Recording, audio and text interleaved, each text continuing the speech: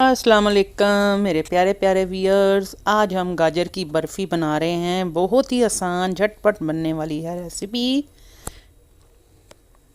तो सब्सक्राइब करें cook with नूरे को और बेल आइकन को ज़रूर दबाइए आने वाली लेटेस्ट वीडियोस के नोटिफिकेशंस के लिए। पसंद आए तो लाइक ज़रूर कीजिएगा। सच में इतनी मज़ेदार बनती है। चलिए देखिए, 1 किलो मैंने ये गाजरें ले ली हैं। इनको मैंने क्रश कर लिया है, चॉपर में ही चॉप कर लिया है। और थोड़ा सा देसी घी जाएगा, थोड़ी सी सब्ज़ इलायचियाँ जाएंगी, चीनी जो है आधा कप अलहदा से जाएगी और आधा कप जो है आइसिंग शुगर वो खोए में डालेंगे हम। ठीक है, खोया जो है ये मैंने क्रश किया हुआ है तकरीबन 1 कप जितना। और आधा कप जो है वो मिल्क पाउडर ले लेंगे। और ये घर की मलाई जो है फुल क्रीम मलाई जो होती है वो 1 कप है होममेड।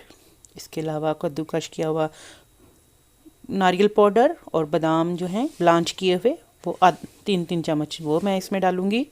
इसके अलावा मिक्स ड्राई फ्रूट जो हैं उनको क्रश किया हुआ है ये मैं इसमें ऐड करूँगी। ये आपकी मर्ज़ी है जो भी ले सकते हैं। इसके अलावा फुल क्रीम मिल्क एक गिलास या 1 मग जितना जाएगा इसमें। चलिए बनाना स्टार्ट करते हैं। अब ये जो गाजरें हैं इनके अंदर मैंने मग जो है पूरा फुल क्रीम मिल्क का डाल के तो इसको पकने के लिए रख दूँगी ताकि स्टीम हो जाए, गाजरें गल जाएं। 20 मिनट बाद देखें गाजरों ने सारा जो है जो दूध है ये जज़ब कर लिया है और गाजरें बेहतरीन सी गल गई हैं। देखें दूध भी जो है इसमें ड्राई हो गया है। चलिए अब इसमें बाकी चीज़ें डालते हैं। आँच अब हमने थोड़ी सी तेज़ कर दी है इसमें। अब मैं सबसे पहले इसमें चीनी डालूँगी।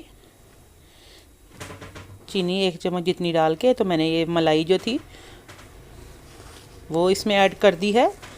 मलाई और दूध मिक्स ही था इसमें, थोड़ा सा घर की होममेड मलाई थी वो डाली थी हमने। इसमें क्रश जो नारियल डस्ट होती है वो डाली है और बादाम क्रश किए हुए और थोड़ी सी देसी घी डाल के तो अब हम इसको भून लेते हैं। आंच हमने तेज़ की हुई है, मीडियम आंच पे नहीं बल्कि तेज़ आंच पे आपने इसको फटाफट से, क्योंकि चीनी जो है वो अपना पानी छोड़ देगी। 5 मिनट तेज़ आंच पे रख के तो 5 मिनट आपने स्लो आंच पे इसको अब कवर करके रख देना है।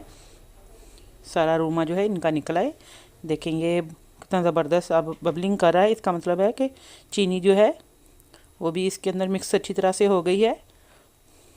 अब ये थोड़ा सा थिक होना स्टार्ट हो गया है तो अब इसको थोड़ा सा ड्राई कर लेंगे। दोबारा से आंच तेज़ करके 5 से 7 मिनट तक भूनते जाएंगे इसको। बहुत मज़ेदार बनती है, थोड़ी सी डिफरेंट स्टाइल की बर्फ़ी होती है ये। इसका फ्लेवर और टेक्सचर थोड़ा सा चेंज होता है। अमूमन आपने हलवाई की दुकानों पे देखा होगा। बहुत ज़बरदस्त लगती है ये रेसिपी। अब मैं इसके अंदर मिल्क पाउडर ऐड कर रही हूँ। मिल्क पाउडर से ये थोड़ा सा और थिक हो जाएगा और जो बाकी इसका मॉइस्चर है वो भी रिड्यूस होके तो ये एक प्रॉपर मिक्सचर बन जाएगा डो की शक्ल में। ये देखें साथ ही इसने ड्राई होना स्टार्ट हो गया। देखें कितना ज़बरदस्त थिक हो गया है।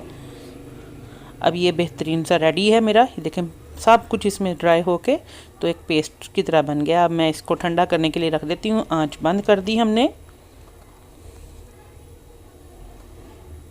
ये देखें अभी भी थोड़ा सा धुआं हल्का सा निकल रहा है लेकिन ये पहले से काफ़ी ज़्यादा ठंडा हो चुका है और यूँ ही ठंडा होगा और मज़ीद गाढ़ा हो जाएगा, सख्त यानी कि एक बर्फ़ी की शक्ल ले लेगा। अब ये खोया है, इसमें मैंने मलाई और थोड़ा सा देसी घी डाल के 1 मिनट इसको माइक्रोवेव कर लूँगी।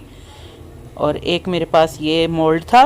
अगर आपके पास कोई भी शीशे की पायरेक्स की प्लेट या कोई मोल्ड है आप उसमें स्क्वायर लगा सकते हैं या सर्कल में भी इसकी शेप बना सकते हैं। अब इसको मैंने थोड़ा सा ऑयली करके ग्रीस करके मोल्ड को तो मैं इसके अंदर ये सारा जो है मिक्सचर इसके अंदर ऐड कर देती हूँ।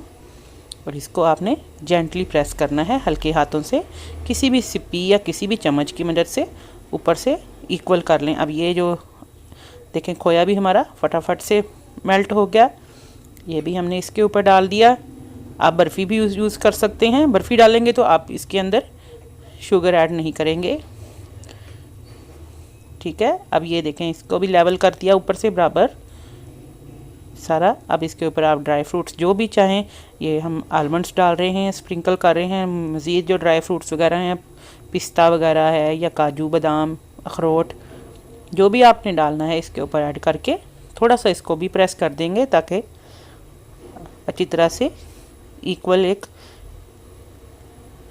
ज़बरदस्त सा ये शेप इख्तियार कर ले। चलें अभी इसको 1 घंटे के लिए फ्रिज में रख देते हैं ठंडा होने के लिए। इसके बाद इसके स्लाइसिस काटेंगे। 1 घंटे के बाद ये देखिए आप 1 घंटा हो गया। मैंने इसको अब हल्के हाथों से प्रेस कर रही हूँ, देखें आराम से। अगर आपको इस तरह हाथ पे नहीं उतार सकते तो आप प्लेट के साथ टर्न कर लीजिएगा। मैं इसके स्लाइस काट रही हूँ, अभी भी थोड़ा सा नरम है ये।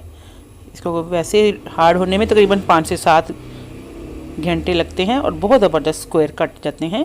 अभी आपको दिखाने के लिए मैं काट रही हूँ, ये देखें इस तरह स्क्वायर काट लेंगे। इसके ऊपर थोड़ी सी पिस्ता की गार्निश कर देंगे या आप काजू वगैरह बादाम जो भी लगाना चाहें लगा के एंजॉय कीजिए और सर्दियों में खाइएगा। एक डिफरेंट तरह की रेसिपी, डिफरेंट तरह की बर्फ़ी मिठाई। और मुझे भी दुआओं में याद रखिएगा। फिर हाज़िर होंगे किसी वीडियो के साथ। तब तक के लिए अल्लाह हाफिज़।